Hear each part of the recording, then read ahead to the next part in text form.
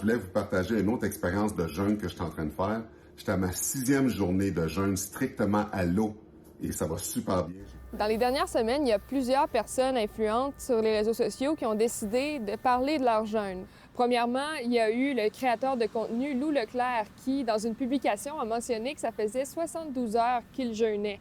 La publication a tellement attiré des critiques qu'elle a été supprimée, mais entre autres, ce qu'on pouvait lire, c'est de s'informer sur le jeûne parce que c'est incroyable. Il invitait les gens à faire des recherches parce qu'on vit dans un peuple qui est dominé par la surconsommation et la nourriture. Plus récemment, c'est l'ancien joueur de hockey de la Ligue nationale, Georges Laraque, qui, lui, a mentionné qu'il jeûnait, et ce, depuis une semaine. La clarté dans mon cerveau, je dors tellement mieux, c'est exceptionnel. J'ai perdu jusqu'à 20 livres jusqu'à maintenant.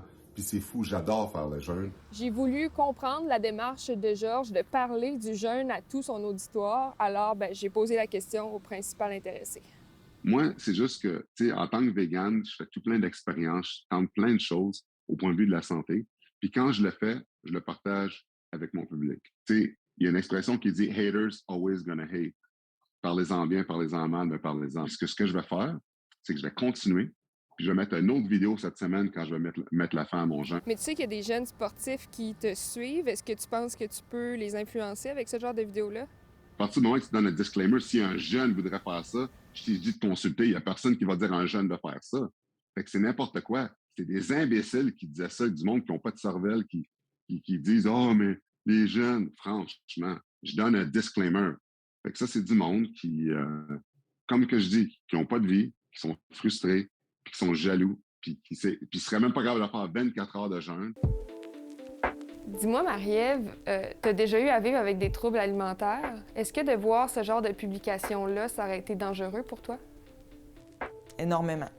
Une journée que je file pas, une journée que je m'aime pas, une journée que j'ai mangé, pour moi, trop la veille, là, je viens de trouver ma solution. Là. Est-ce que quand il y a une montée d'influenceurs, de vedettes qui en parlent, ça se reflète dans vos bureaux? C'est toujours une des questions qui arrive en premier. Que pensez-vous des jeûnes? Que pensez-vous du jeûne intermittent?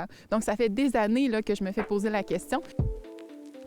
Je vais juste vous partager le message que j'ai reçu hier à ce sujet-là. J'ai développé mon trouble alimentaire qui est l'anorexie à cause du jeûne. Je voyais que de ne pas manger faisait perdre beaucoup de poids, alors j'ai perdu 50 livres en peu de temps.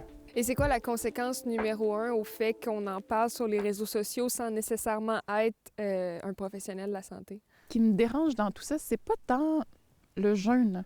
C'est vraiment le faux expert qui parle de quelque chose en ignorant complètement l'impact que ça peut avoir chez la population qui le suit. Le fait que M. Laraque avait dit d'aller consulter un médecin avant de commencer un jeûne de 7 jours, ça t'aurait pas nécessairement aidé?